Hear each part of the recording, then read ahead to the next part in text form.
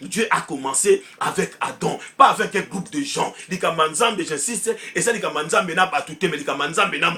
donc là, le salut est individuel. La Bible dit, deux seront dans le même lit, l'autre sera enlevé, l'autre va rester. L'homme aura l'ennemi, les gens de sa propre maison. Laisse-moi te dire, tu cherches les Judas où? Les Judas ne sont pas loin de toi. Ce sont les gens qui sont tout autour de toi, qui t'empêchent de faire la volonté de Dieu. Pas la volonté permissible, mais la volonté parfaite. Il y a des gens qui veulent nous étouffer. C'était aussi ainsi, à cette époque-là, les gens voulaient étouffer Bartimée, mais comme il avait la connaissance, comme il avait la certitude, comme il était déterminé, comme il avait mis une discipline, voilà pourquoi j'ai dit, la fidélité c'est aussi un caractère, une discipline, donc un comportement, donc une manière de faire, une détermination pour obtenir, pour atteindre un objectif. Voilà pourquoi il criait encore plus fort. Je te dis, quand les gens veulent t'empêcher de faire du bien, continue à aller faire le bien. Quand les gens veulent t'empêcher de faire quelque chose que toi tu sens que tu es vraiment dans les droits chemins, tu dois le faire encore plus que pour confondre ces gens-là. Bartimée avait confondu ces gens-là, les gens qui étaient là pour le faire taire. À la fin, nous avons vu,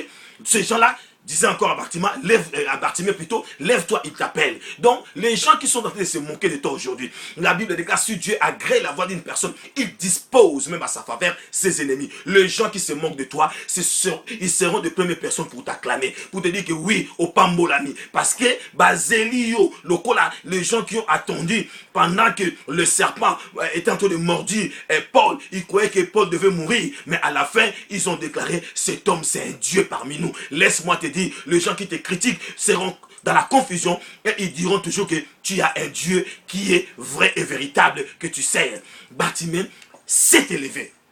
Dès que Bartimée est arrivé auprès de Jésus, écoutez, Jésus a demandé cette question. Que veux-tu que je fasse pour toi? Les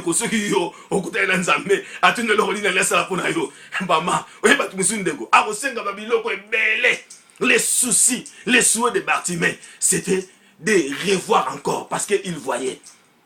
Kutana mukonza mokilo. Loba mukonza tunyoka na pesonine. Pesanga bandako, pesanga katika jambongo na yo, pesanga bakonto. Mais Bartimée avait besoin qu'il recouvre la vie, qu'il puisse voir encore ce Jésus-là. La Bible déclare que Dieu a demandé à Salomon, le grand prêtre de la sagesse, le grand roi, le grand riche de tout le temps, qu'on ne peut jamais comparer jusqu'à aujourd'hui. Personne ne peut te comparer à la richesse et à l'intelligence et à la sagesse de Salomon.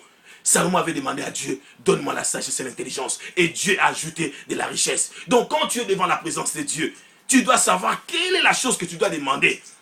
La Bible déclare que la parole de Dieu soit sur nos pieds comme une lampe, une lumière sur notre sentier. Imagine-toi, il attendait simplement, Jésus dit, viens, viens. L'aveugle qu'il était, laisse-moi te dire, Jésus-Christ ici t'appelle. La voix de Jésus, c'est la lumière. Voilà pourquoi Jésus n'était pas allé vers Bartimée. Mais pendant que Jésus a appelé Bartimée,